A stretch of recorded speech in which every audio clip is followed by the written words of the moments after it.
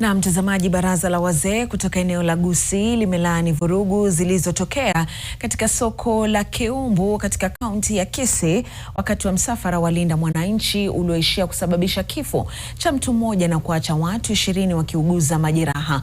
Viongozi hao wa jamii hii wamelitaja tukio hilo kama la kinyama na ambalo halijawahi shuhudiwa katika historia ya jamii.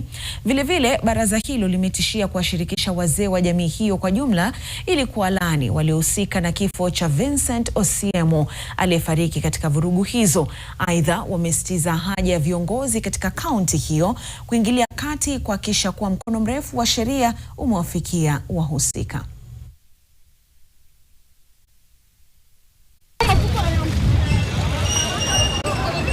Hilo jambo limetukera kabisa, tunalia kabisa. Kwa sababu mmoja wetu amekufa huko. Hatuwezi furahia kitu ya kukufa. Kitu ya pili, wanawake walionekana kwa hiyo incident. Ni kitu hatujaona viongozi wetu. Viongozi ya MCAs, viongozi ya wajumbe, viongozi ya senators, viongozi ya women rep na viongozi ya our two governors.